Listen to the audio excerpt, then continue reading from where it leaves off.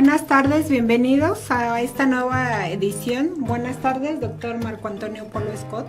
Pues el día de hoy vamos a tratar un tema muy interesante, un tema muy actual que desafortunadamente o afortunadamente para otros se está dando con mucha frecuencia. En esta familia también vamos adquiriendo varios códigos de creencias que de pronto entran en pugna cuando ya somos mayores. Y para todo esto tenemos aquí al doctor Marco Antonio Polo Scott para que nos explique qué sucede en las parejas actuales, por qué se están divorciando, doctor. Buenas tardes, amigos, amigas. Una pregunta bastante complicada y tal vez el conflicto principal es quererla generalizar. Cada pareja funciona de una manera específica, muy determinada. En cada pareja confluyen muchos factores que unen o que desunen. En muchas ocasiones hablamos del divorcio como una reacción adaptativa en el ámbito legal. Sin embargo, tenemos que tomar en cuenta que para cada pareja es importante considerar diferentes elementos. Y más que hablar del divorcio así como una figura legal, hablemos del divorcio como un elemento emocional y afectivo, lo que implica que a veces hay parejas que se divorcian sin que el lazo afectivo, emocional, incluso parental, quede roto. Tal vez nos tendremos que ir también un poco más atrás. ¿Por qué se forman las parejas? ¿Cómo es que llegaron a unirse? Ok. De muchas formas consideramos que la mayoría de las parejas no se unen tanto por eso que llamamos amor, sino más bien se unen por sus carencias y sus necesidades proyectadas sobre el otro, y esto les genera un enamoramiento. Incluso también podemos hablar de la frecuencia específica en la que deambulan, tanto que podemos encontrar parejas que difícilmente se pueden encontrar en la vida, salvo las condiciones que ya traen preconcebidas y que hacen que una persona de un lugar distante, por ejemplo Durango, y que por algún tiempo se encuentra en el distrito, en la Ciudad de México, y una persona, por ejemplo, del estado de Oaxaca, que también coinciden, sabiendo que las coincidencias a veces tenemos que ponerlas en duda, se conocen y a partir de ahí hay una química que se genera. Y antes de meterme a este punto, es importante saber que cuando conocemos una persona, hay tres condiciones que se pueden dar en términos generales. La primera es que la conozco, y al conocerla, bueno, hay una relación que no va a llevar más allá, simple saludo, contacto, pero en esencia no hay nada que sucede. No sucede nada. Incluso puedo convivir con ella y no sucede nada. Luego hay un tipo de relación más cercana, donde es rico, agradable convivir con una persona. Algunas de estas personas van a convertirse posiblemente temporalmente en pareja, y muchas de ellas solamente serán amistades o serán conocidos cercanos. Pero ahí ya hay bioquímicos cerebrales, ya hubo ahí la interacción de bioquímicos, o todavía no. No en el sentido de la formación de la pareja, okay, y no en el sentido de necesidad y de carencia, sino más bien de afinidades, de gustos y preferencias. Y entonces, la tercera, hay un vínculo que se une, y aquí sí empieza a darse un intercambio mutuo proyectivo de lo que se necesita y lo que se carece, colocado en el otro como un satisfactor.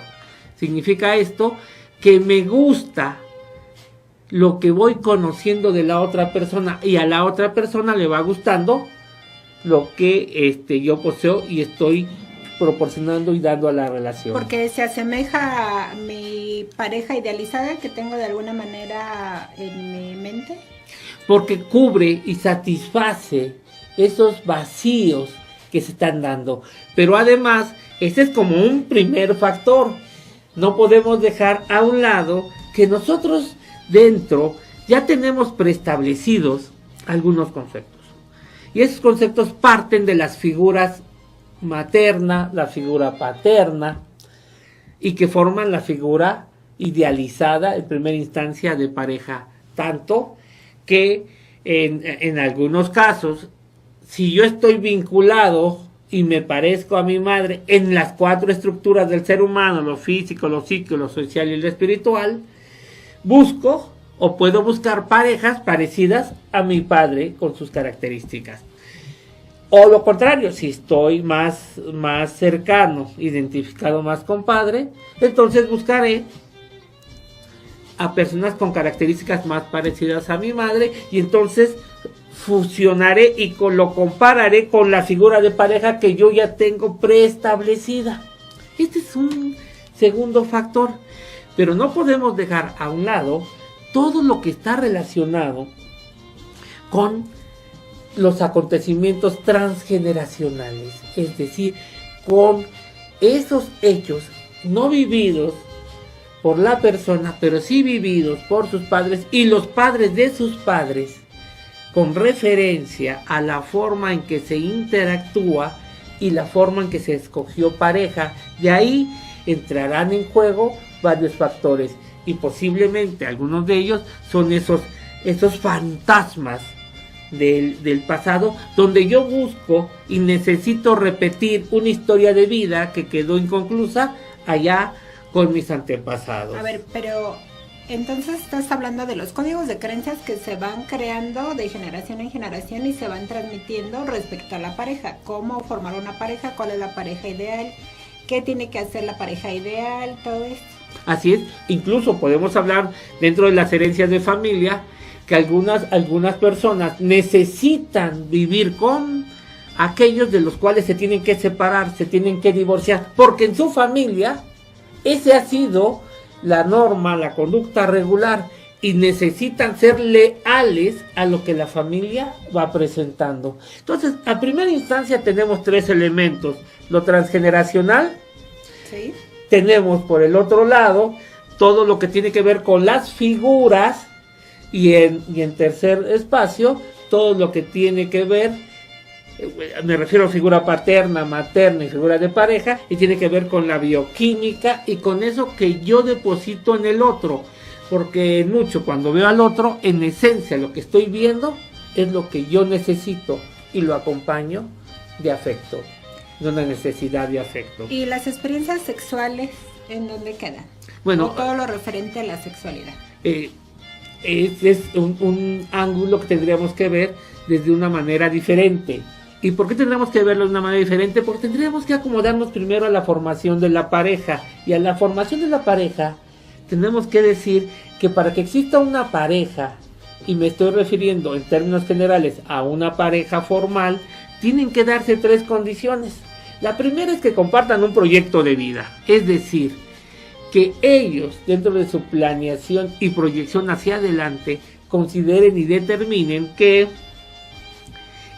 juntos van a conseguir y lograr algunas metas establecidas. Pueden lograr algo. Por ejemplo, el de tener hijos, el de vivir juntos, el de compartir el de viajar, el crecimiento, viajar, el tener una casa, comprar pertenencias, poseer cosas materiales. La segunda es que haya un afecto. Regularmente a este afecto le llamamos enamoramiento o le llamamos más coloquialmente amor, aunque no corresponde a lo que en esencia en la psicoterapia transpersonal significa. Entonces, hay algo afectivo que nos une. Entonces, y el tercero... Perdón, pero a ver. Entonces, ¿la psicoterapia transpersonal no concibe el enamoramiento? Sí lo concibe, y más que lo concibe, lo define como un intercambio afectivo de corte irracional, donde la lógica no tiene sentido, y que ese enamoramiento irracional es transgeneracional, es decir, yo aprendo a enamorarme antes de conocer a la persona. Me enamoro como se enamoran mis papás, y se enamoraron mis abuelos, y se enamoraron varios de mis familiares. Así es, seguimos los patrones que están dados dentro de nuestras figuras paterna, materna y también la figura de pareja. Estábamos tocando el punto del elemento que nos falta para definir una pareja formal, y ese punto es la vida sexual o sexuada. Es decir, debe de haber un contacto físico donde la lluvia hormonal pueda desencadenarse. Claro, muchas veces no llega ni a chipi, pero hay ese intercambio. O hay veces llega a tormenta. Sí, claro. Esto va a tener mucho que ver con aprendizajes también dados con respecto a lo que es el sexo. Algunos sexólogos dirían, momento, definamos primero lo sexual para caer en el coito, en el sexo. Sin embargo, ahorita, para no salirnos mucho más del tema, diríamos que toda relación es sexual y la intimidad, el punto cumbre, sería el sexo. Y que sería muy bueno que en un momento determinado tocáramos ese tema para hablar de ello con nuestros amigos y que también nuestros amigos nos hablen de ello y nos muestren sus inquietudes o nos compartan sus experiencias. Pues mira, vamos a seguir hablando de este tema tan interesante. Estábamos tocando cómo se forman las parejas, qué es lo que están sucediendo en las parejas actualmente. Pues varios de ellos se están divorciando a nivel mundial, no solo en México. Pero para seguir hablando de este tema, divorcio en la pareja desde la psicoterapia transpersonal, vamos a unos mensajes y regresamos con el doctor Marco Antonio Polo Scott, el máximo exponente de la psicoterapia transpersonal.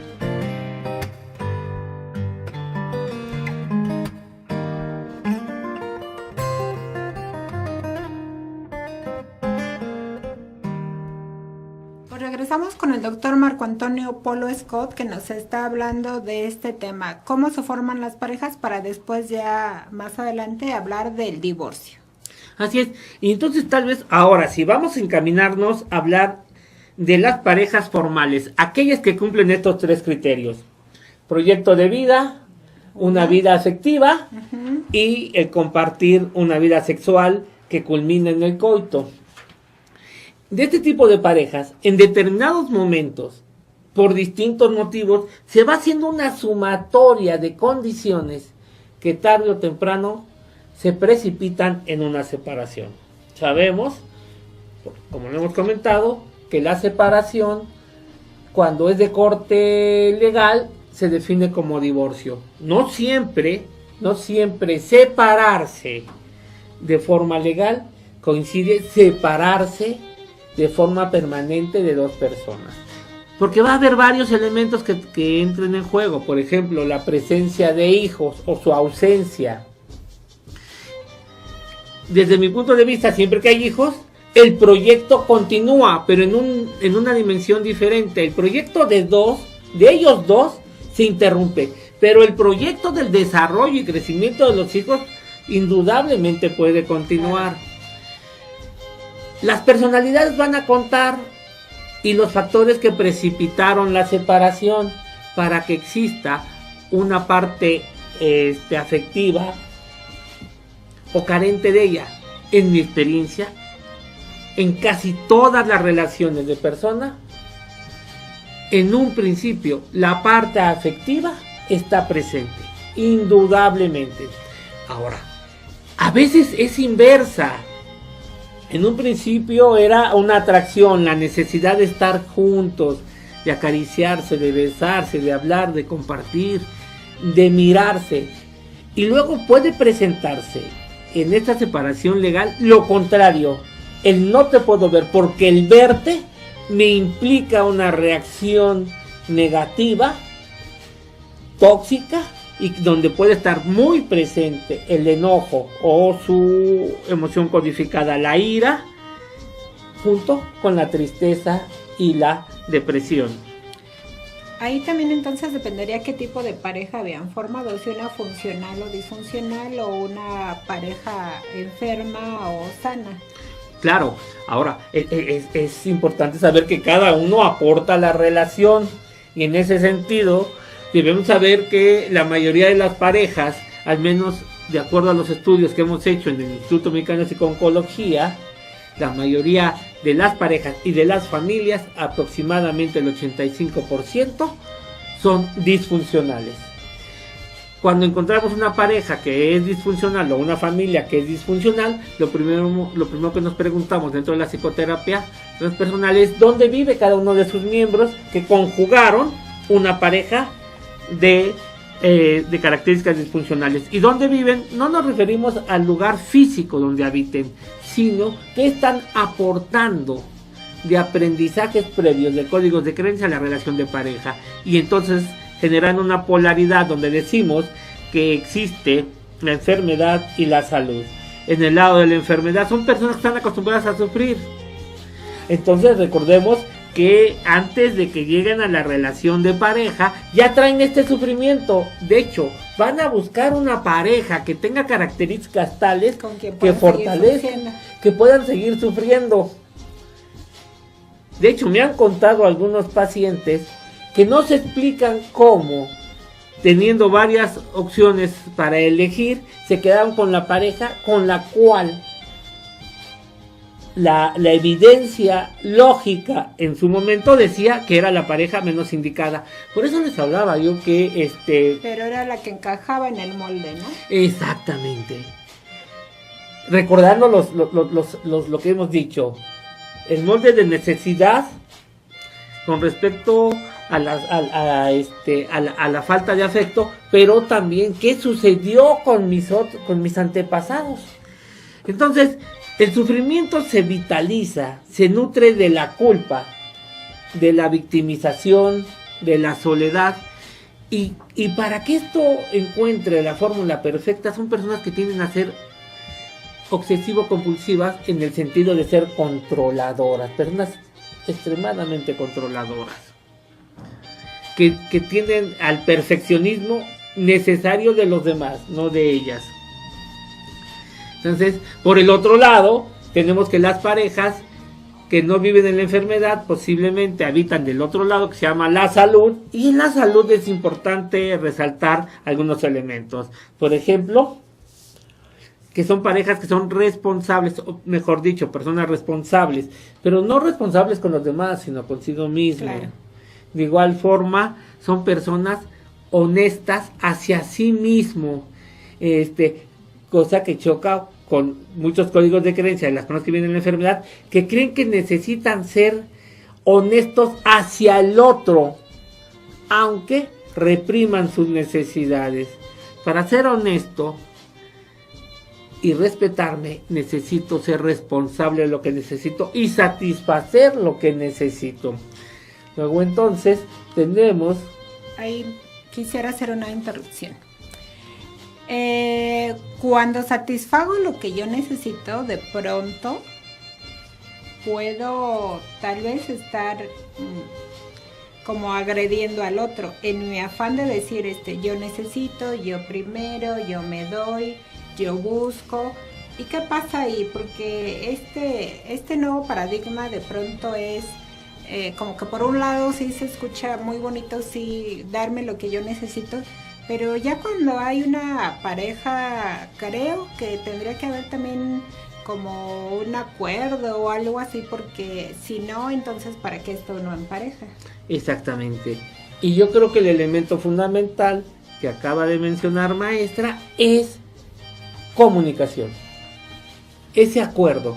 Y mucho de lo que sucede se da por falta de comunicación. ¿Pero por qué no hay falta de comunicación? Por distintos elementos, y uno de ellos porque no existe confianza. Y cuando no existe confianza y ligado a todos los antecedentes, entonces cada uno va por su lado.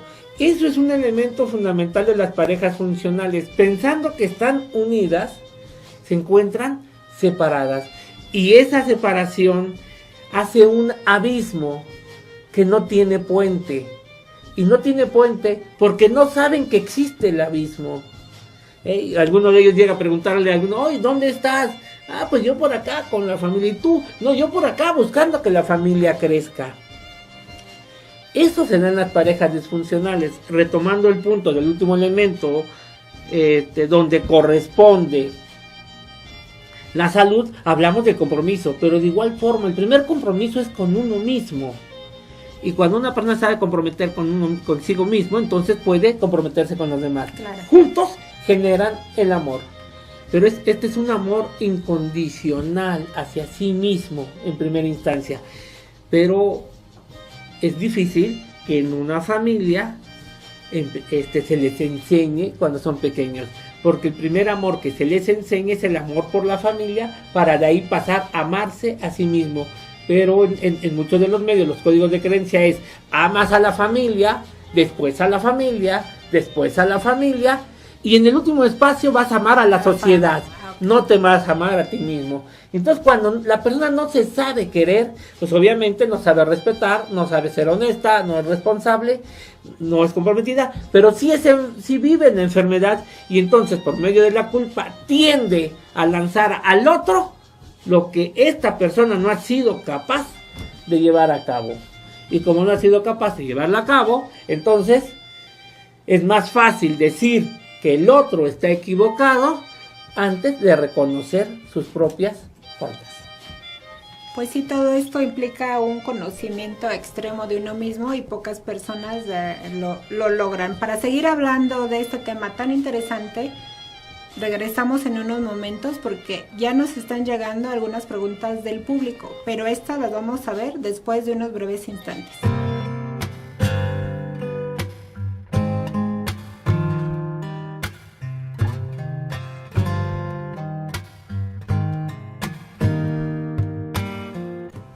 Pues aquí tenemos una de las preguntas. Gracias, Luis Cárdenas nos está saludando desde Ciudad del Carmen y le pregunta al doctor Marco Antonio Polo Scott: ¿aceptar que una relación no funciona es por convicción personal o se decide en pareja? Es una pregunta complicada porque no conozco los antecedentes de la pareja. Lo que me queda claro es que un ser humano, indistintamente, va a pensar en él y en su individualidad, y en este sentido va a explorar qué es lo que sucede dentro de él que no permite que funcione la relación de pareja. Puede ser que las expectativas colocadas en la otra persona no fueron satisfechas. Puede ser que se hayan presentado algunas condiciones contrarias, como engaño, como maltrato, como vejación. Entonces esto impide que se haga. Yo creo que lo primero es hacer un planteamiento individual, y en ese planteamiento individual saber qué es lo que yo esperaba de la relación de pareja que no estoy recibiendo, qué es lo que yo coloqué en la pareja que no le pertenece, y también ese conjunto de factores. A veces, y en mi experiencia me ha tocado, que parejas que están próximas a romper, a divorciarse, uno de ellas decide venir a terapia y la otra, ya estando en terapia, se anima, y cuando empezamos a trabajar nos damos cuenta que esa relación no está funcionando, pero no está funcionando no porque no tenga futuro, sino porque están viendo a la persona equivocada. A veces el pasado cuenta, muchas veces. Y entonces resulta ser que colocaron sobre la pareja actual una pareja anterior con la cual quedaron muchos asuntos inconclusos. Y como quedaron muchos asuntos inconclusos, esos se hacen presentes. El pasado se hace presente en la nueva relación, y entonces como consecuencia lo que sucede es que no es que la pareja no tenga futuro, sino están viendo a personas equivocadas sin darse cuenta. Y obviamente sus condiciones y su forma de ver la pareja no satisfacen lo que ellas esperaban. Hay cosas que son irreversibles cuando hay una separación. ¿Cómo qué cosas? Como el maltrato físico. Es muy, muy complicado que una persona cambie esto, porque va a requerir de un proceso psicoterapéutico bastante prolongado. Bastante largo. Entonces, tomando en consideración esto, la primera indicación, de acuerdo a lo que nos comenta nuestro amigo Luis Cárdenas, es saber qué es lo que yo quiero. No estar en una relación de pareja por estar, pero tampoco significa romper por romper. Primero saber qué es lo que está sucediendo conmigo, qué estoy trayendo del pasado, qué estoy trayendo de mi familia que se está haciendo presente en la relación y para la cual tengo que cumplir y hacer efectivas mis lealtades familiares. Tengo que ver si no en la parte transgeneracional hay secretos que se están presentando como criptas o como fantasmas y que hacen que a pesar de que yo sienta y tenga motivación afectiva, no se pueda dar. Miren, a veces las relaciones sexuales toman una dimensión más grande y resulta ser que la pareja no se ha comunicado esa necesidad de llevar relaciones sexuales más intensas, más activas, y entonces eso se vuelve monótono y deja de tener sentido como una parte de placer y solo se hace como una función fisiológica. O sea, ¿te refieres a que tal vez hacen 2 o 3 posiciones y no exploran más su cuerpo o otras cosas que les incentiven más? Así es. En ocasiones las parejas llegamos a estacionarnos por periodos en cuestiones tradicionales y obviamente decía un buen amigo mío que cuando se va a la cama no van 2, por lo menos van 6, y cuando dice que por lo menos van 6 no se refiere a una orgía, se refiere a que va papá y mamá de ella y papá y mamá de él. Pero yo te puedo decir que pueden ir una multitud sin darnos cuenta de todas las expectativas de lo que concibimos con respecto al coito. Entonces, una vez retomando el comentario de Luis Cárdenas, es primero saber qué de mí sería la parte que no se está dando para poderla platicar con la pareja. Si yo coincido que eso es irreversible, que ya no está, es porque yo ya hice un análisis profundo y serio de lo que es. A veces necesitamos apoyo de un profesional que nos guíe, porque además, posterior a la separación, en caso de que se culmine, tal vez sea necesario hacer un proceso de duelo, un proceso en el cual se cierren las puertas. Repito, yo pienso que en la mayoría de los casos, lo primero es trabajar lo que en mi caso me corresponde. Ok, voy a hacerte otra pregunta de Laura Blanco y dice, ¿la religión en una persona afecta al momento de divorciarse? Claro que sí. De hecho, muchas personas no se divorcian por ese motivo y entonces son personas que viven lo que llamamos nosotros el divorcio afectivo emocional y que en la nomenclatura regularmente se le llaman pseudoparejas. Brevemente, tenemos 3 tipos de parejas. La pareja bien formal, lo que concibimos muy idealizado. Luego está la pareja disfuncional, aquella que constantemente está en conflicto y donde en el seno de la familia están prevaleciendo los códigos de creencia tóxicos y donde están presentes las herencias familiares, las deslealtades y bueno, en continuo conflicto. Y están las pseudoparejas. Hacia afuera las pseudoparejas son las parejas ideales porque aparentemente se llevan muy bien, son como muy admiradas, pero dentro de casa ya no comparten ni proyecto de vida, no comparten el afecto ni tampoco llevan vida sexual, a veces eventualmente coital. O sea, van a las reuniones, parecen familias perfectas, parejas ideales, pero nada más cruzan la puerta y es completamente distinto. Así es, y estamos en presencia de muchos códigos de creencia, estamos en presencia de manifestaciones de herencias familiares, incluso lo hemos escuchado, aquellos que dicen, en mi familia no se da el divorcio, en mi familia no es. Es más, en alguna ocasión escuché a una paciente que me decía que su mamá le repetía, tú lo escogiste, tú te quedas con él. Esa es la cruz que te toca cargar. Fíjate que a la vez le estamos contestando a Leti Osorio porque nos preguntaba, ¿por qué hay parejas que aunque ya no se aman, evitan el divorcio a toda costa? Podemos estar hablando de parejas que,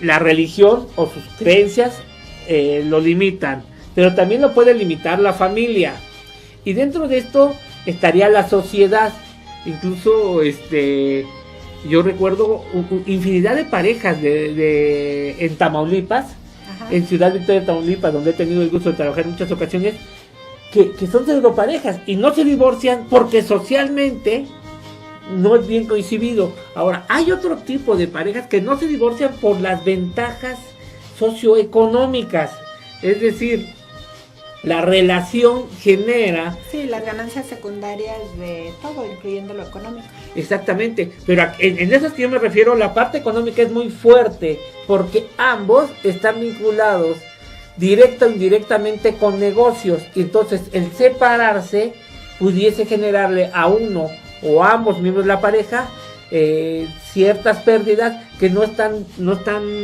como muy convencidas de poder afrontar, y entonces les cuesta o tienen incapacidad para separar lo mercantil, lo comercial, de lo que es la relación de pareja.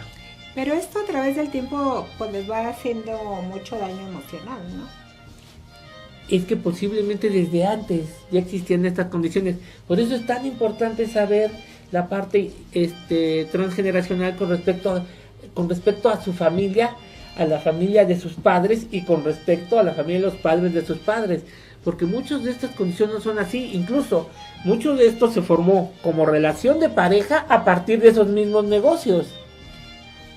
Ok, ¿me pasas la pregunta que me dices, Leti, por favor? Leti. Está hablando con nuestra asistente. Ok, aquí nos está diciendo, doctor, decía que una persona enferma va a buscar a otra persona enferma, o que una persona que le gusta sufrir va a buscar algo así, dice como que en dónde encaja el molde. ¿Qué pasa entonces con el otro? ¿También está enfermo? Sí. Decimos desde la formación que los borrachos se juntan con borrachos. Me han contado. También se dice que la gente sana se junta con gente sana. Los que hacen deporte con gente que hace deporte. Los bailarines se juntan con otros bailarines. Bueno, pues las personas enfermas necesitan satisfacer su necesidad juntándose y estando en la misma frecuencia que otras personas enfermas están. Y obviamente cuando estoy hablando de enfermedad no me refiero específicamente a enfermedades físicas, sino a enfermedades psicoemocionales, donde los elementos fundamentales son sufrimiento, culpa, victimización, soledad y una necesidad de control. Entonces, ambas partes, lo que decía yo en un principio, esta parte encontró el molde en otra parte, pero entonces a una le gusta sufrir y a otra le gusta hacer sufrir, o los dos sufren. Los dos sufren en distintos niveles. Incluso sabemos que el sufrimiento, por ejemplo, la culpa, hay culpa pasiva y culpa activa. Una culpa pasiva es yo, por mi culpa, pero también aquella que me arroja alguien y que yo hago mía. Una culpa activa es por tu culpa. Y estas van a ir de la mano con la victimización. Culpa y victimización siempre van de la mano en ese sentido. Cuando hay culpa activa de un lado, hay victimización pasiva del otro. Cuando hay victimización activa de un lado, hay culpa pasiva del otro lado. Se necesita estar en conflicto.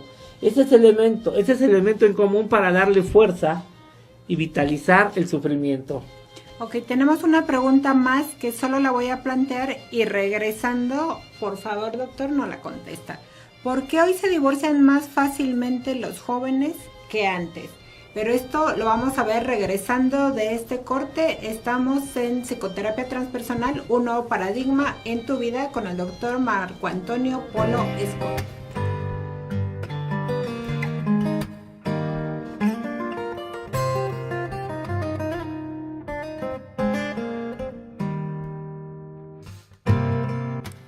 Tenemos una pregunta de Marisol y nos dice, cuando yo empecé con mi esposo, él estaba casado y se divorció por mí. Me dicen que la engañada soy yo, que los hombres nunca cambian. ¿Usted qué opina? Bueno, se me hacen muchas generalizaciones. Una de ellas es que los hombres no cambian. Bueno, no sé cómo entenderlo. Lo que sí sé es que Cuando las relaciones se inician cimentadas en engaño, lo más común es que continúen con los engaños. No es tan accesible para mí poderle decir algo a nuestra amiga Marisol. Solo sé que las personas nos vamos transformando en el tiempo. No sé quién se lo dice, porque eso va a contar mucho. Pero además, esto es algo muy común en las personas cuando vivimos en la enfermedad. Nos es muy común hacerle caso a lo que nos dicen afuera. A la vecina, a la amiga, la compañera de trabajo.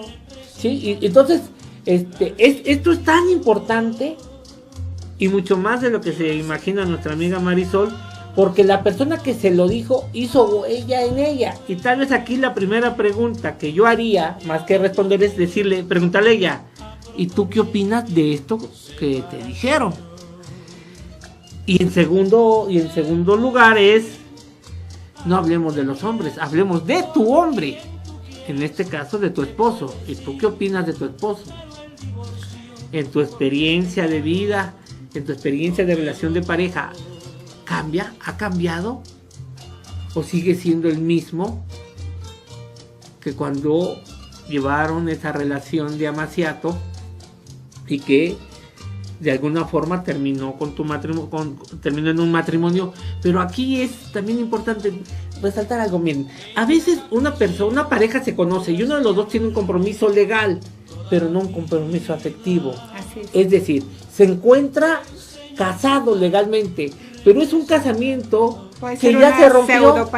Una pseudopareja que ya se rompió, incluso ya ni siquiera cohabitan, ya están separados. Entonces, en ese sentido no existe una relación que pudiese impedir que se relacionasen en términos generales, salvo que la persona que sí lo coincida y que coincida que mientras no haya un divorcio, entonces no puede haber una nueva relación. Y eso nos lleva a algo mucho más profundo, y es que muchas de las personas que están unidas, al menos cohabitando una casa, no necesariamente son pareja. Y muchas personas que no cohabitan una casa, pero que sí cumplen con los 3 criterios de los que hemos hablado, sí son pareja. Y retomando a Marisol, yo te diría, Marisol, chécate, 1, quién te lo dijo y qué tan importante es quién te lo dice. Y 2, no lo generalices, llévalo hacia tu pareja y contéstate si sigue siendo el mismo hombre que cuando tú conociste o cuando tú iniciaste la relación. Y si por algo sigue siendo el mismo hombre, también pueden reflexionar que sí podemos cambiar siempre y cuando nosotros queramos hacer todo un recuento de todas las creencias que traemos y cuáles queremos cambiar o cuáles creemos que nos van a hacer más felices. Precisamente estábamos oyendo una canción de fondo que dice, de Julio Jaramillo, y una de las frases dice: te puedes ir donde quieras, con quien tú quieras, pero el divorcio no te lo doy porque es pecado. Y cosas por el estilo que también la sociedad nos marca con todas estas sentencias, ¿no? Como ya te casaste y es tu cruz. Así es. Qué bueno recordar al gran Julio Jaramillo, por cierto, de nacionalidad ecuatoriano, muy conocido. Y para todos aquellos de mi generación, bueno, yo creo que cuántas veces convivimos y disfrutamos estando juntos con canciones de Julio Jaramillo. La religión cuenta, pero también cuenta la sociedad. Y la sociedad determina muchos de los ambientes en los que de la forma en que debo de ser o continuar. Pero hay algo importante. Una persona es más persona desde el ámbito de la psicoterapia transpersonal en la medida en la cual la sociedad le determina qué es lo que tiene que hacer y cómo lo tiene que hacer. ¿Qué significa esto? Que la mayoría de las personas viven en torno a la sociedad, en tanto que los seres humanos viven en torno a sí mismos y posteriormente pueden derramarse en la sociedad. Las personas no, las personas siguen lo que en su momento definimos como el inconsciente transpersonal desde el ámbito de lo social, una estructura en la cual sin la sociedad no se puede vivir, pero es esta sociedad la misma que determina cómo se debe de vivir. Y ahí me gustaría retomar la pregunta que dejamos pendiente. ¿Por qué hoy se divorcian más fácilmente los jóvenes que anteriormente? ¿Por qué se dan más divorcios actualmente? Muchas de las veces es porque se está llegando al matrimonio en edades comparadas cronológicamente más tempranas que antes. Es decir, algunas personas me pueden decir que antes se casaban a los 15 y 16 años. Sí, pero las condiciones históricas eran diferentes. Se pasaba de la infancia a la adultez y la adolescencia era demasiado breve. Así se coincidía. El niño se volvía adulto a más temprana edad. No es el caso de ahora. Ahora se están casando principalmente ya instalados en la adolescencia, 14 a 18 o 19 años. ¿Y qué implica? Que muchos de ellos se están casando porque están queriendo huir de casa, porque ya no coinciden las relaciones en casa. Incluso dentro de algunos pacientes que he atendido, se están casando porque previamente primero se embarazaron y se embarazaron con la intención de tener una relación que les permitiese salir de casa. Pero ya que salen de casa se dan cuenta que el infierno de casa no se compara al infierno donde viven ahora. Y entonces empiezan las separaciones, empiezan los divorcios. Entonces, mucho de lo que se da con los jóvenes es la necesidad de salir de casa, porque en casa no están encontrando el afecto, el amor, el respaldo, la seguridad y protección que esperan, y creen en su inexperiencia que lo van a conseguir por fuera. Como saben que no se pueden casar sin que haya un compromiso, entonces se embarazan. Más sin en cambio, tú nos hablabas de la sociedad y yo creo que la sociedad también ha ido cambiando. Que los códigos de creencias donde antes el divorcio era lo peor que podía sucederle a una familia y ahora ya es más aceptado. También la sociedad actual está más encaminada como a lo individual, a primero tú, después tú y al último tú, y como a lo nuevo y a todo esto. Esto no influye, o sea, toda la publicidad que también vemos por todos los medios, como para decir no estás en familia, porque influye en la toma de decisiones de los jóvenes. ¿Qué opinas de esto? Claro que sí. Vivimos en una sociedad muy distinta a sociedades más adelante. Sin embargo, sigo pensando que mucho de lo que está sucediendo socialmente es parte de lo que sucede en familia. Y en familia, donde ya aprendieron a vivir en divorcio, se enseña que se puede vivir el divorcio. Incluso en algunas de ellas, sobre todo en familias urbanas, en la sociedad no hay tanto conflicto en el divorcio. Por ejemplo, en la Ciudad de México tenemos hasta los divorcios express, muy rápido, se ponen de acuerdo, van y se separan y en unas cuantas horas están desligados. Cuestión que no sucede, no sucedía anteriormente, había todo un proceso. Pero también eso que decimos cambiante, que es una sociedad que ha cambiado, bueno, yo te diría que no tanto. Lo que pasa es que muchas veces solo lo vemos a través del prisma de la Ciudad de México o de las grandes ciudades, o lo vemos a través de comparar con las grandes ciudades de otros países. Pero no es el caso, por ejemplo, de nuestro México y en provincia, y no necesariamente México rural. Te pongo el caso de Ciudad Victoria, pero tenemos un caso muy parecido en Nuevo León. Yo por algún tiempo estudié en Guasave, Sinaloa, y era el mismo caso. O sea, el divorcio no se estaba dando. O sea, ¿cómo se separaba una pareja? Porque uno de los dos perdía la vida. Es decir, se enviudaba. La separación de la pareja era por viudez, no por divorcio. Entonces, aunque hemos evolucionado socialmente, en términos generales, la sociedad sigue considerando como recriminante el divorcio, contrario al matrimonio. Pero además, no es lo mismo una mujer o un hombre divorciado que una mujer o un hombre viudo. La viuda puede pasar a ser parte de la familia de nuevo, incluyendo sus hijos. La divorciada no. La divorciada es vista de una manera diferente. Así es.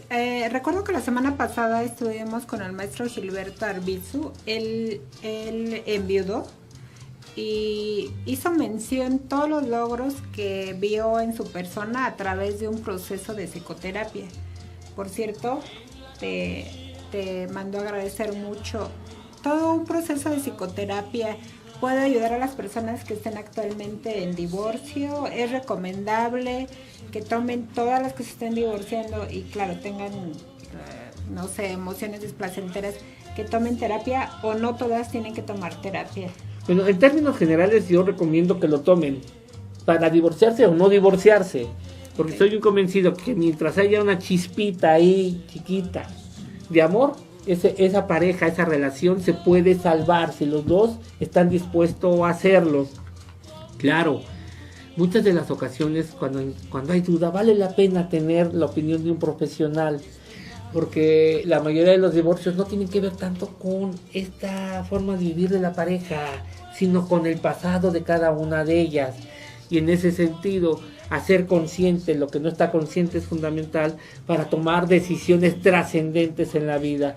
Y en ese sentido, si estoy informado de quién soy, cómo funciono, qué es lo que quiero, puedo tomar mejores decisiones que si simplemente navego en ese mar de dudas.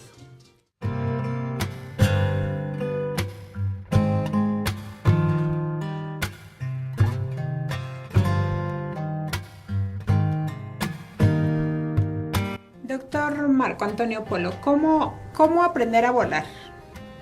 Conociéndose. Y en mucho, a veces necesitamos el apoyo de un profesional que nos ponga el panorama, que nos lo muestre. Y en ese sentido, cuando yo aprendo a volar con conocimiento, tiendo a volar mucho más alto. ¿Y puedo incentivar al otro a que vuele o no es mi responsabilidad?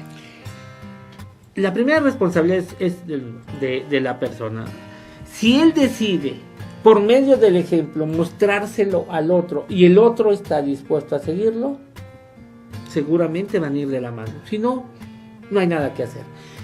Yo recuerdo que desde el curso de tanatología de hace más de 10 años que impartíamos allá por Wilfrido Maciú, nos encontramos que teníamos una tasa de divorcio poco vista. Y mucho de lo que se generaba es que las personas aprendían a conocerse.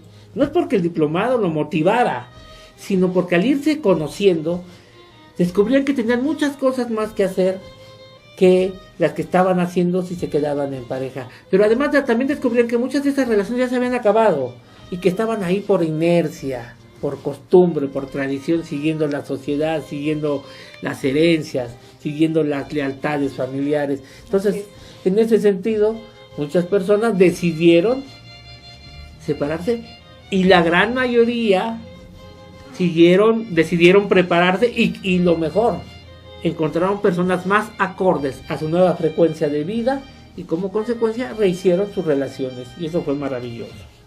Pues estamos aquí aprendiendo a volar juntos en este programa Psicoterapia Transpersonal, un nuevo paradigma en tu vida. Doctor, muchas gracias por estar aquí, gracias por compartir este viaje, como lo dijimos hace 8 días. Muchas gracias amigos, amigas, muchas gracias maestra Ana María Rico. Hasta pronto, buena tarde.